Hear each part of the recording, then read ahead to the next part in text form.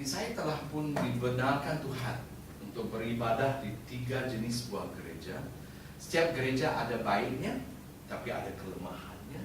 Setiap gereja telah menyumbang sesuatu yang baik kepada saya. Soalan saya, apa latar belakang gereja kamu semua ini? Sejak dari hari pertama kamu boleh ingat masuk ke dalam sebuah bangunan yang dipanggil gereja sampai hari ini, apa latar belakang gereja kamu? Di manakah kamu sudah diletak Tuhan sebelum hari ini, petang ini kamu di sini? Ya, bagi saya diletak Tuhan dalam gereja-gereja seperti ini, dan setiap gereja itu telah menyumbang sesuatu yang baik kepada saya. Siapa saya hari ini ialah karena gereja-gereja di mana saya berbakti pada Tuhan dan beribadah di sana. Bagaimana dengan diri kamu? Ya. Dan dari pengalaman ini saya sedar tak ada gereja yang sempurna. Tak ada gereja yang mempunyai semua ciri-ciri gereja yang hebat.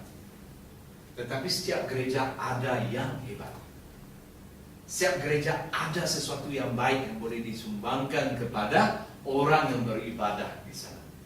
Oleh itu saya tak sampai hati saya mau mencemooh, menghina, mengejek atau mengutuk mana-mana gereja. Kalau gereja itu tuannya Yesus, yang disembahnya ialah Allah Bapa, buku ini pakai ialah Alkitab, saya tak dapat.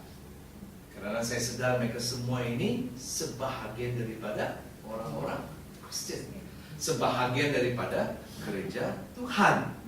Dan setiap daripada mereka ada keistimewaan sendiri, tetapi ada kelemahan tersendiri juga. Ya. Nah, mengapa saya ceritakan ini? Karena saya dapati ramai orang tidak tahu apa benda itu gereja. Ramai orang tidak tahu apa itu gereja. Saya pasti kalau tanya sesiapa di luar apa itu gereja, jawabannya yang standar di Sarawak apa?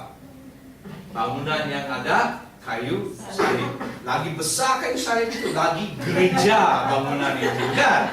Nah, dan saya sedar itu, sebab dalam beberapa tempat saya melayani, ada orang susah hati betul. Asyik tanya saya, Pastor, ini gereja kan? Tak ada salib, Pastor. Kenapa tak ada salib? Ya, susah hati karena tak ada kayu salib besar di dalam gereja itu atau di luar gereja itu.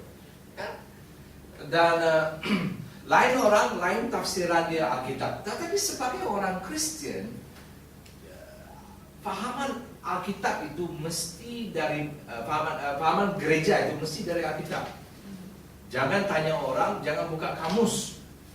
Buka Alkitab untuk mengetahui apa benda itu gereja. Dan saya tak tahu dari mana perkataan gereja itu ada. Karena dalam Alkitab tak ada perkataan gereja. Dalam Alkitab perkataan yang dipakai adalah jemaat atau jemaah, kan? Betul tidak? Betul. Oke, mungkin betul. Let's check. Ya. Coba lihat 1 Korintus bab 1 ayat 1. 1 Korintus bab 1 ayat 1 dan ayat 2. Dari Paulus, oleh kehendak Allah, dari Sosthenes saudara kita, ayat 2, kepada jemaat Allah di Korintus. Oke. Galatia bab 1 ayat 1 dan 2. Dari Paulus seorang rasul ayat 2, dan dari semua saudara yang ada bersama-sama dengan aku kepada mana? Bukan jemaat. Baca baik-baik. Kepada jemaat. Oh, jadi di Galatia ada banyak jemaat. Di Korintus ada 1 jemaat. Dan terusnya aku mau baca. Sudah, dalam Alkitab tak ada perkataan gereja. Sebenarnya dalam bahasa Inggris lebih jelas lagi. Church tak ada dalam kitab, atau sepatutnya tak ada. Tapi sedihnya dalam bahasa Alkitab bahasa Inggris ada banyak perkataan church. Dan tahukah kamu, church bukan terjemahan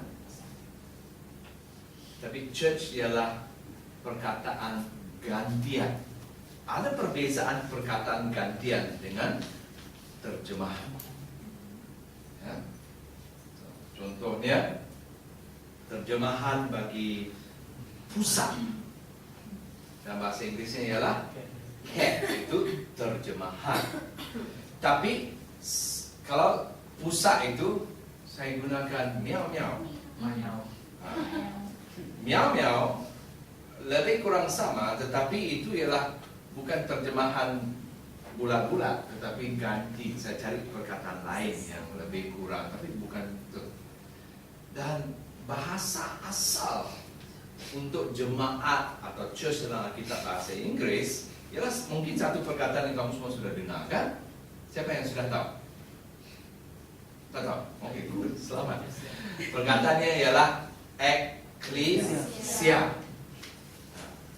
Ekklesia. bukan kli, K-L-E, dan sia, S-I-A, ekklesia. Nah, itu dalam bahasa Yunani. Dan ekklesia bila diterjemahkan dalam bahasa Indonesia keluarlah perkataan jemaat. Bahasa Melayu kalau saya tak silap mereka sudah ubah menjadi jemaah. Dan itu jauh lebih tepat daripada church. Church ialah dari perkataan Jerman Kirche, K-I-R-S-H-E, yang bermaksud sebuah bangunan di mana pertemuan agama berlaku. Tapi itu bukan eklesia. Salah perkataan yang dipakai. Yang sepatutnya ialah ini. So, sedia? Kita belajar bersama. Apa benda itu eklesia? Eklesia mempunyai 3 maksud yang bila digabungkan ialah definisi penuh. Oke? 1.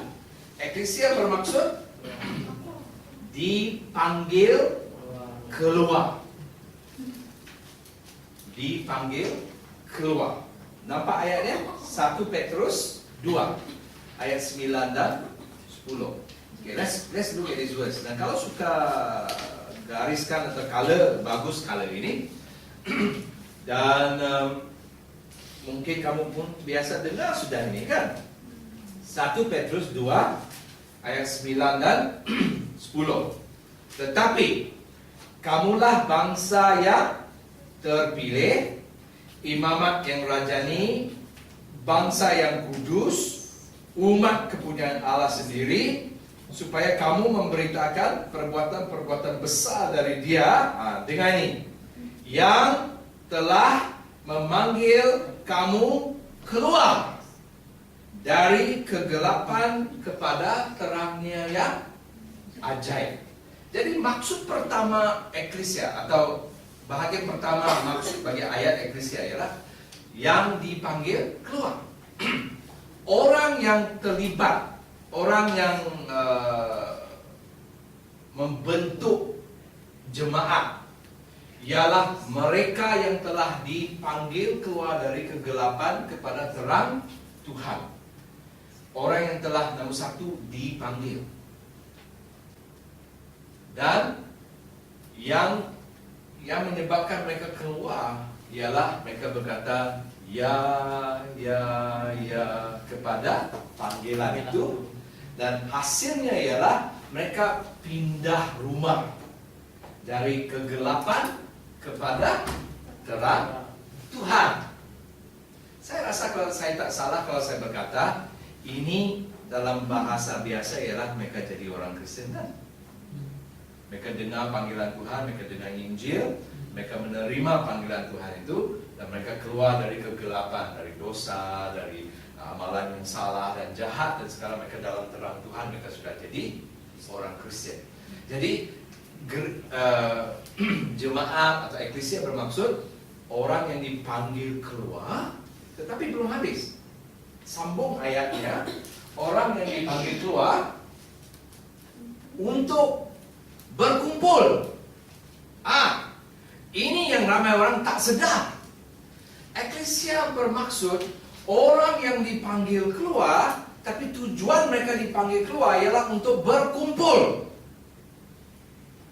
hari ini contoh yang biasa ialah kalau kamu tinggal di asrama di Unimas dan tiba-tiba ada fire drill kan, bunyi atau panggilan dibuat dan kamu sedar ini ialah panggilan untuk keluar kan, tapi keluar dan lari berkeliaran di mana-mana. No. Biasanya ialah kamu dengar panggilan untuk keluar. Baik, keluar, ada api atau kering, tapi bunyi itu ialah panggilan. Kamu dipanggil, kamu sahut panggilan itu dan kamu keluar. Tapi bukan keluar untuk ke sana ke sini, mesti keluar untuk berkumpul di padang contohnya. Right. Dan sebagai orang Kristen yang telah dipanggil Tuhan sesuai dengan maksud eklesia ialah kamu telah dipanggil Tuhan untuk keluar, tapi tujuan panggilan itu ialah untuk berkumpul. Ini yang orang Kristen tak sedar. Dan kalau ini betul, dan memang betul, masuk akal lah mengapa dalam Ibrani 10 ayat 24. Apa yang tulisan Ibrani 10 ayat 24? Ibrani 10 ayat 24. Apa bunyinya? Dan marilah kita saling memerhatikan supaya kita saling mendorong dalam kasih dan pekerjaan baik. Janganlah kita menjauhkan diri dari apa? Pertemuan. Boleh saya ganti dengan perkumpulan. Dan tahukah kamu terjemahan betul bagi eklesia dalam bahasa Inggris ialah assembly. Dan ayat ini dalam bahasa Inggris ya, do not neglect the assembling together. Jangan abaikan, jangan meremeh-temehkan berkumpul bersama. Seperti yang dibiasakan beberapa orang, tetapi dikatakan dan semakin giat melakukannya. Jadi harapan Tuhan ialah bila kamu dipanggil keluar, bila kamu mendengar panggilan Tuhan, kamu sedar kamu dipanggil untuk berkumpul dengan orang-orang lain yang dipanggil juga. Kamu dipanggil untuk assembly.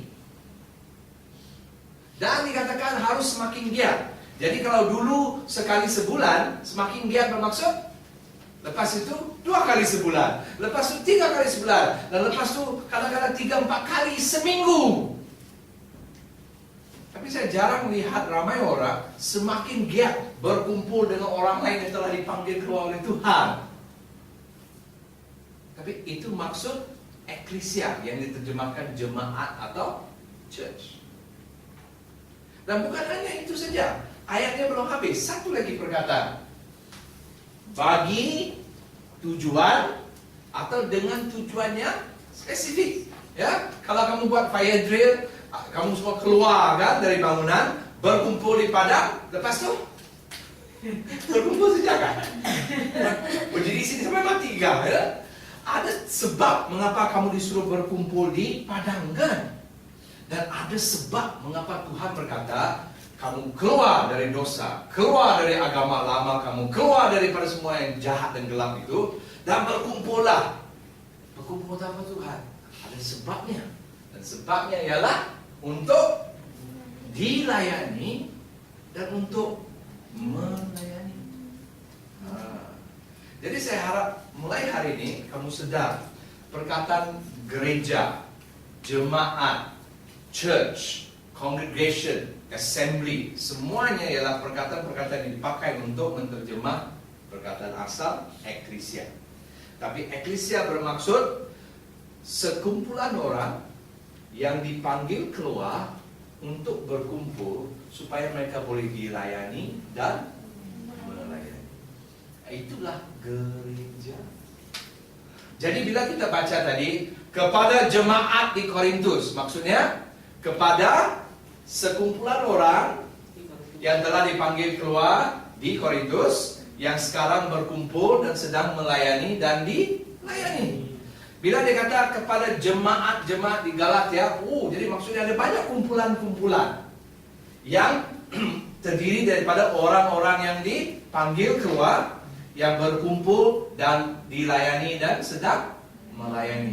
Dan kalau hari ini Paulus menulis kepada orang Kristen di Samarahan, saya rasa dia perlu menulis kepada jemaat-jemaat di kota Samarahan. Sebab sekurang-kurangnya ada 10 jemaat di kota Samarahan. Kalau di Desa Ilmu, gereja BM Shalom, sebelahnya gereja Good News, depan sikit gereja Methodist, dan belakang sikit Hope sudah pindah di sini, dan kemudian di sana BM Central City, depan sikit sana BM satu lagi New Life, bukan New Life yang The Way, depan sikit sini St. Francis, dan ini semua ialah jemaat-jemaat. Apa yang melayakkan mereka dipanggil jemaat? Senang saja. Mereka ialah imamat rajani, orang yang kan ingat tadi, yang dipanggil keluar oleh Tuhan, dan mereka berkumpul untuk dilayani dan melayani. Pada saat itu terjadi, kelompok orang itu sah jemaat. Jadi ini pun sebuah jemaat. Ini pun sebuah gereja. Right? Oke. Nah, saya mau beri perhatian sekarang kepada 2 tujuan orang yang dipanggil keluar berkumpul. Ya, ingat? Tujuan pertama ialah untuk dilayani. Untuk dilayani. So, isikan tempat kosong itu, kita berkumpul, kita bergereja, supaya kita dilayani. Dilayani maksud menyumbang kepada proses kematangan rohani dan memperlengkapi Anda untuk melayani. Untuk lebih jelas, have a look at this. Efesus 4 ayat 7. Perlahan-lahan sikit. Efesus 4 ayat 7. Efesus 4 ayat 7. Bunyi dia, tetapi kepada kita masing-masing telah dianugerahkan kasih karunia menurut ukuran pemberian Kristus. Bila dikatakan kepada kita masing-masing telah dianugerahkan, jadi lebih daripada satu orang. Jadi ini merujuk kepada satu kelompok. Dan siapakah kita ini? Kalau kamu membaca Efesus 1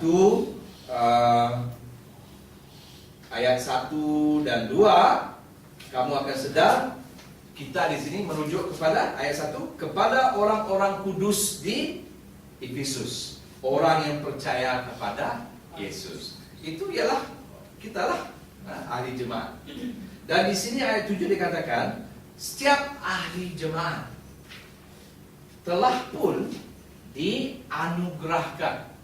Saya kata kenapa mereka pakai anugerah? So, biasanya kita pakai perkataan diberi kan? Dianugerahkan maksudnya diberi. Diberi kurnia sesuai dengan pemberian Yesus. Apakah kurnia itu? Turun bawah sikit. Ayat 11 sampai 15. Dan dialah maksudnya Yesus kan, yang memberikan rasul-rasul, nabi-nabi, pemberita Injil, gembala, dan pengajar. 5 kurnia. Tapi tahukah atau sedarkah kamu, kurnia-kurnia ini merujuk kepada tugas-tugas yang spesifik. Rasul ialah orang yang menumbuhkan gereja, yang pergi ke sebuah tempat yang baru dan membangun sebuah jemaat. Orang yang kedua ialah nabi. Nabi ialah mereka yang mendengar mesej-mesej dari Tuhan dan memberitahu sidang. Pemberita Injil, di Sarawak banyak, mereka dipanggil penginjil. Ialah mereka yang beritahu Injil kepada orang. Dan gembala ialah mereka yang jaga ahli sidang. Dan pengajar ialah mereka yang mengajar firman Tuhan kepada ahli sidang ini. Jadi ini membuat andaian dalam setiap jemaat.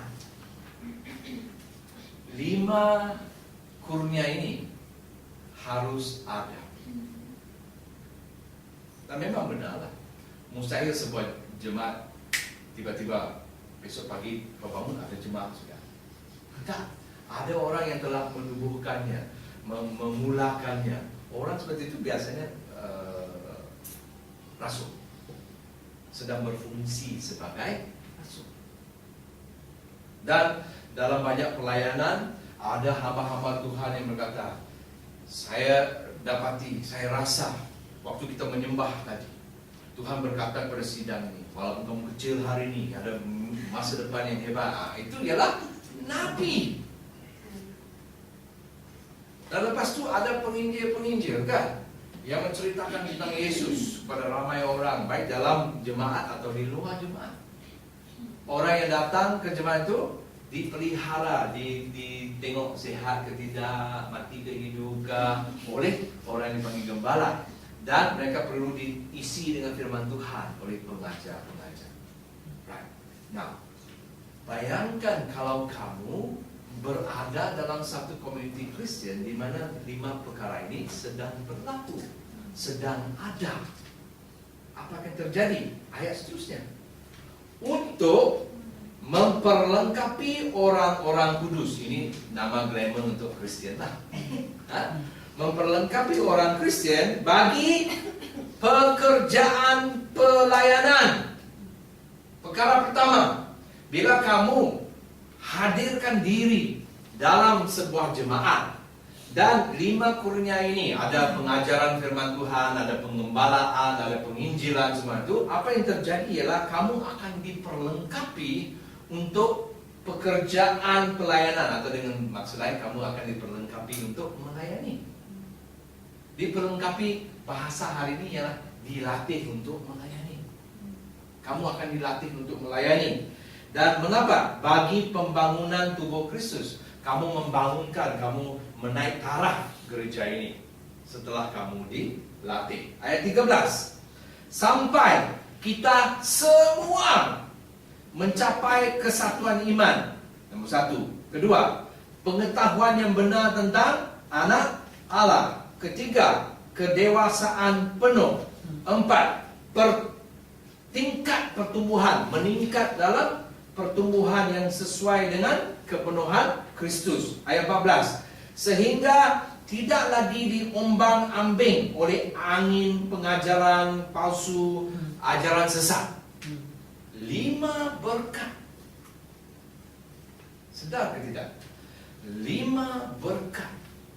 Kalau kamu tidak malas untuk setiap minggu, setiap bulan berkumpul dengan orang lain di dalam satu jemaat di mana ada pelayanan, apa yang terjadi? Kamu akan dilatih, kamu akan dibangunkan supaya 5 perkara terjadi. Jadi bila orang tanya, kenapa saya perlu pergi gereja? Apa guna saya pergi? Minggu ini saya tak pergi, tak apalah. Ada apa? Ada 5 apa yang kamu tak akan dapat kalau kamu tak langsung pergi. Ada 5 perkara yang mungkin kamu tak dapat kalau sekali-sekala menunjukkan batang hidung dalam sebuah jemaat. Tetapi kalau kamu dalam sebuah jemaat yang sehat, maksudnya ada 5 pelayanan ini dalam ayat 11, dan kamu memberi diri untuk dilayani dan diperlengkapi, 5 berkat yang saya sebut dari ayat 13 dan 14 akan kamu dapat. Ini yang dimaksudkan dilayani. Jadi kita dipanggil keluar untuk berkumpul supaya dilayani. Right? Kedua, kita bukan hanya dipanggil untuk berkumpul supaya dilayani, tetapi juga untuk melayani, kan? Kita juga dipanggil untuk berkumpul untuk melayani. Kita semua telah diberi kurnia. Tapi kurnia ini cakap Kristen, kan? Kalau di luar gereja, apa ganti kurnia? Bakat, kepandaian, atau ICATS. Untuk apa? Apa tujuan ICAS kalau kamu ingat iklan dia? Merah. Kemahiran. To skill, to raise skill people. Itu maksud kurnia. Jangan terlalu gurunya. Sesuatu misteri dari Roh Kudus sampai orang tahu. Dan sebab itu ramai orang berkata, pastor saya tak ada kurnia. Tapi saya yakin kalau saya ganti dengan bakat, kemahiran, kepandaian, semua orang ada sesuatu yang dia pandai, yang dia mahir, yang dia dapat buat. Oke? Cuma bila Tuhan suruh kita berkumpul, niat Tuhan ialah kita semua menggunakan kurnia itu di dalam jemaat untuk memberkati ahli jemaat yang lain. Apa yang tertulis dalam Roma 12? Oh, saya suka Roma 12 ya. I really enjoy reading Roma 12. Dah jumpa Roma 12? Belum? Saya tunggu. Roma 12 ayat 6. Semua sudah? Oke. Kamu tolong saya, oke? Demikianlah kita mungkin mempunyai kurnia yang berlainan. Betul? Salah, mana ada? Kita punya. Tanah mungkin. Ya, see? Demikianlah kita mempunyai, not demikianlah kita mungkin mempunyai, akan mempunyai. No. Tuhan kata, halo, kita mempunyai. Atau dalam bahasa Inggris, you have, bukan you may have, you will have. Tak, you have. Bagi Tuhan, setiap manusia ciptaan dia ada bakat tersendiri, kemahiran tersendiri, kepandaian tersendiri. Setiap orang ada something. Dan ayat ini berkata, kerana kita semua memiliki kurnia yang berlainan menurut kasih karunia yang dianugerahkan kepada kita. Jadi bagi saya, kalau kamu seorang Kristen dan kamu berkata saya tak ada karunia, kamu menghina Tuhan. Sebab Tuhan berkata saya sudah beri, kau masih lagi belum. Saya telah mengurniakan kepada kamu, belum Tuhan. Bayangkan, Tuhan kata sudah kau asyik. Sorry Tuhan. Oh, salah Tuhan. Saya belum. Saya tidak ada. Kau terlepas satu orang Tuhan. Saya masih mau memberi. Oops, you forgot me God. Halo, saya menghina. So janganlah menghina Tuhan dan jangan panggil Tuhan penipu besar. Sebab Tuhan berkata, saya sudah beri, semua ada. Semua ada. Dan diberinya beberapa contoh.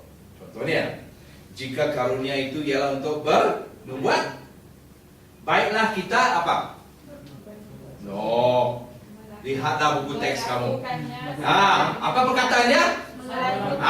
Jika kamu ada kurnia bernubuat, baiklah kamu melakukannya. Okay, then let's look at ayat 7. Jika karunia kamu untuk melayani, baiklah kita melayani. Dan jika karunia kamu untuk mengajar, baiklah kita mengajar. Jika karunia kamu untuk menasihati, baiklah kita menasihati. See? You get the idea? Yes. Tuhan berkata, kalau kamu ada kurnia lompat, tolong lompatlah. Kalau kamu ada kurnia buat video, buat video lah. Kalau kamu ada kurnia untuk nyanyi, nyanyilah. Kalau kamu ada kurnia main gitar, main gitar. Kalau kamu ada kurnia khotbah,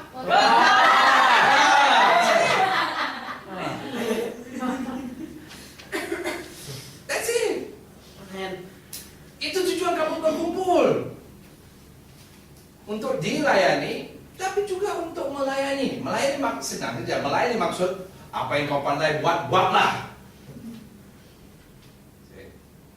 Jane, mak dia, Priscilla datang sini. Dia tahu masak. Dia apa dia buat? Kau masak lah.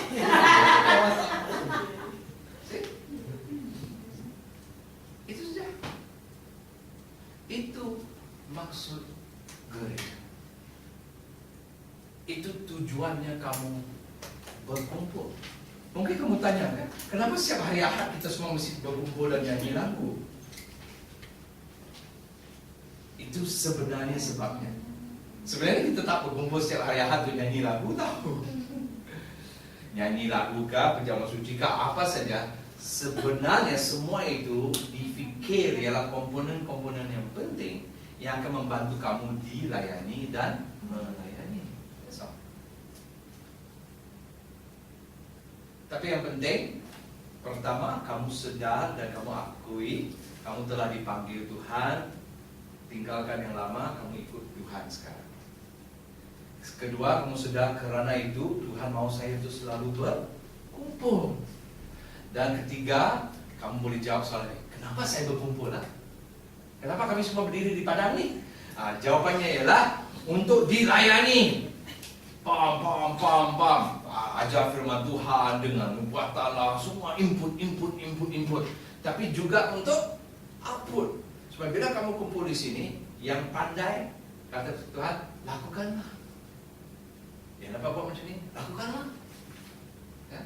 Mereka sudah lama dengan saya, basi dengan frasa ini, tapi saya mau tetap katakan. Di gereja ini, kalau kamu beritahu saya, pastor, kenapa ini belum buat? Apa jawaban saya? Buatlah. Kamu buatlah. Dia belum dibuat kerana kamu tak buat. Kalau kamu rasa, pastor, baik kita buat macam ni dan macam ni, dan saya tanya, kau pandai buat? Pandai, saya ada idea macam ni. Okay, good, go ahead, buatlah. So itu tujuan gereja wujud.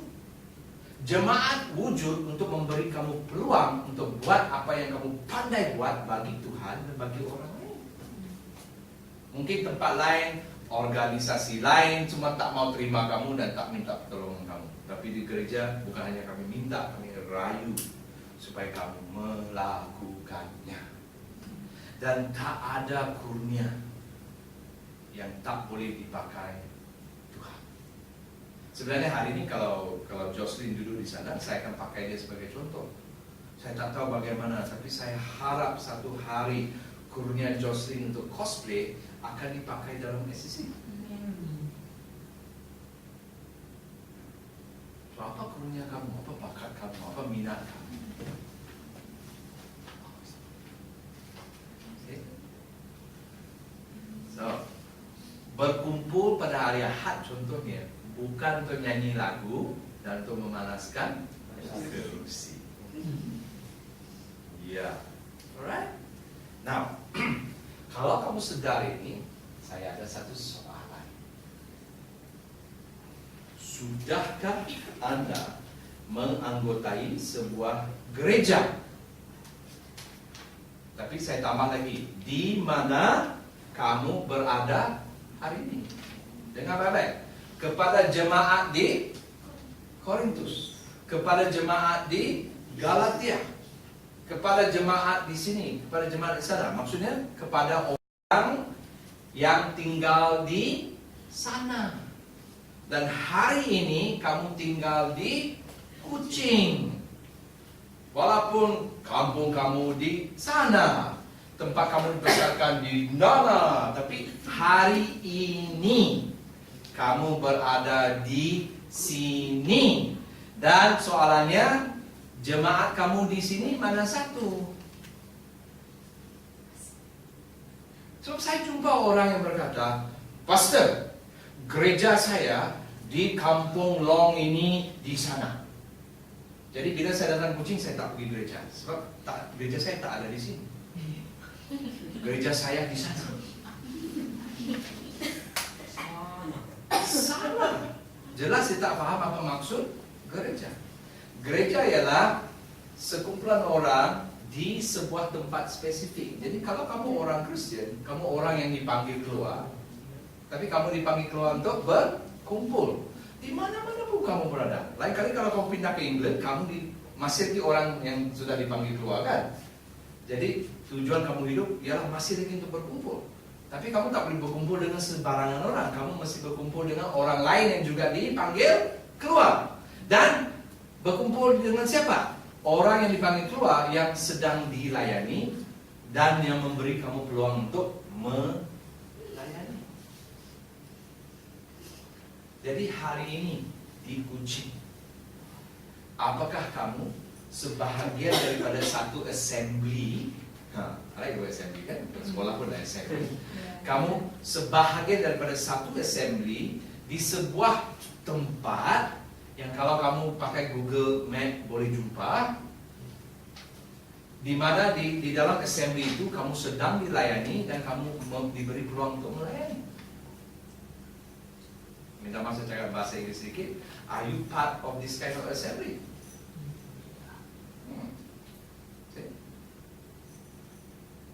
Adakah kamu menganggotai sebuah gereja di mana Anda berada hari ini? Gereja yang macam mana?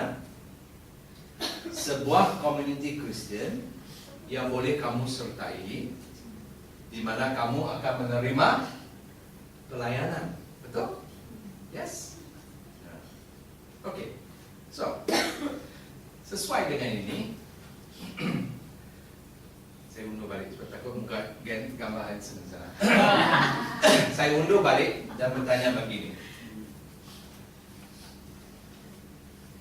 Ada orang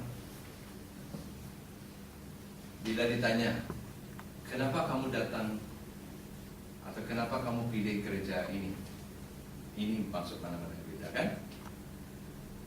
Jawaban pertama yang saya dengar ialah, oh ini ialah denominasi turun-temurun keluarga saya. Datuk saya dari denominasi itu, mak saya dari denominasi itu, dan waktu di kampung saya di denominasi itu. Jadi bila saya datang ke Kuching, saya cari denominasi yang sama. Bagi saya itu salah. Salah kalau denominasi yang kamu cari di tempat ini, contohnya di Kuching, tidak terdiri daripada orang-orang yang dipanggil keluar. Tidak menyediakan peluang untuk berkumpul, tidak melayani kamu, dan tak memberi peluang untuk kamu melayani.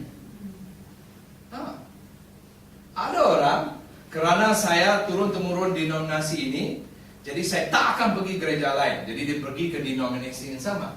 Tapi gereja denominasi itu di tempat itu dipenuhi dengan orang yang bukan Kristen, jarang berkumpul, tidak melayani anggota kumpulan itu, dan langsung tak beri peluang. Tapi dia tetap pergi. Mengapa? Sebab kami mesti setia kepada denominasi kami. Mati hidup tenggelam bersama. Tapi itu bukan kesetiaan pada firman Tuhan. Ya? Ada pula yang saya dengar baru-baru ini yang buat saya geram sedikit. Kenapa kamu pilih gereja ini? Kenapa kamu mahir gereja itu? Semua kawan-kawan saya pergi sana, Pak. Jadi saya pergilah. Tak ada dalam kitab saya lihat. Assemble together, berkumpullah dalam satu kumpulan di mana terdiri daripada semua kawan-kawan kamu. Tak ada.